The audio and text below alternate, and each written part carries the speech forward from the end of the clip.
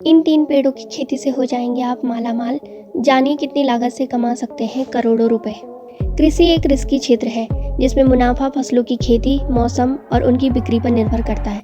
घटते मुनाफे को देखते हुए किसान कोई दूसरा विकल्प खोजने लगते हैं। ऐसे में आप अगर कुछ पेड़ों की खेती कर लें तो आपका नुकसान भी पूरा हो जाएगा और मुनाफा भी काफ़ी होगा। आइए जानते हैं इन पेड़ों के बारे में। नंबर 1, सफ़ेदा का पेड़। अगर आप सफ़ेदे के पेड़ की खेती करते हैं तो आपको भारी मुनाफा हो सकता है। इसकी खेती करने में कोई झंझट नहीं है और न ही इसमें ज़्यादा पानी की ज़रूरत होती है और न ही मौसम के बदलते मिजाज का भी ज़्यादा असर पड़ता है।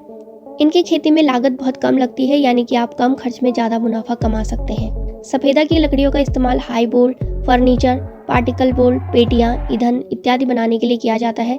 सिर्फ 21 से 30 हज़ार तक के खर्च में आप इसकी खेती कर सकते हैं। इसके एक पेड़ से लगभग 400 किलो लकड़ी प्राप्त होती है। बाजार में इसकी लकड़ी 6 से 7 रुपये प्रति 1 किलो के भाव से बिकती है।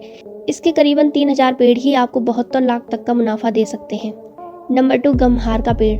गमहार के पेड़ काफ़ी तेज़ी से बढ़ते हैं और इसकी पत्तियां दवाइयां बनाने के काम आती हैं। अल्सर जैसी बीमारियों से राहत पाने के लिए इस पेड़ की लकड़ियां काफ़ी मददगार हैं। करीबन 1 एकड़ में आप इसके 500 पौधे लगा सकते हैं। इसको लगाने में 40 से 50 हज़ार रुपये की लागत लगती है, लेकिन कमाई भी दुगनी होती है। हालांकि इसकी कमाई पेड़ों की लकड़ी की क्वालिटी पर निर्भर करती है। अगर आप 1 एकड़ में पेड़ लगाएंगे तो आपको करीबन 1 करोड़ की कमाई हो सकती है।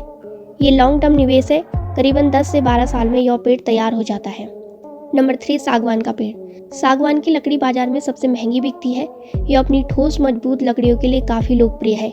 1 एकड़ खेत में आप करीबन 500 सागवान के पेड़ लगा सकते हैं, लेकिन वहाँ तापमान 15 डिग्री सेल्सियस से लेकर 40 डिग्री सेल्सियस का तापमान होना चाहिए। ज़्यादातर सागवान की खेती बर्फीले इलाकों या रेगिस्तानी इलाकों में नहीं होती। इसके लिए जलोढ़ मिट्टी को बेहतर माना जाता है। इसके पत्ते स्वाद में काफ़ी कड़वे होते हैं, इसीलिए जानवर इसे खाना पसंद नहीं करते हैं। इसकी खेती में मुनाफा बहुत ज़्यादा है। फिर भी कमाल की बात यह है कि सिर्फ 5% ही पूर्ति हो पा रही है। लॉन्ग लाइफ के चलते इसकी मांग हमेशा बाजार में बनी रहती है।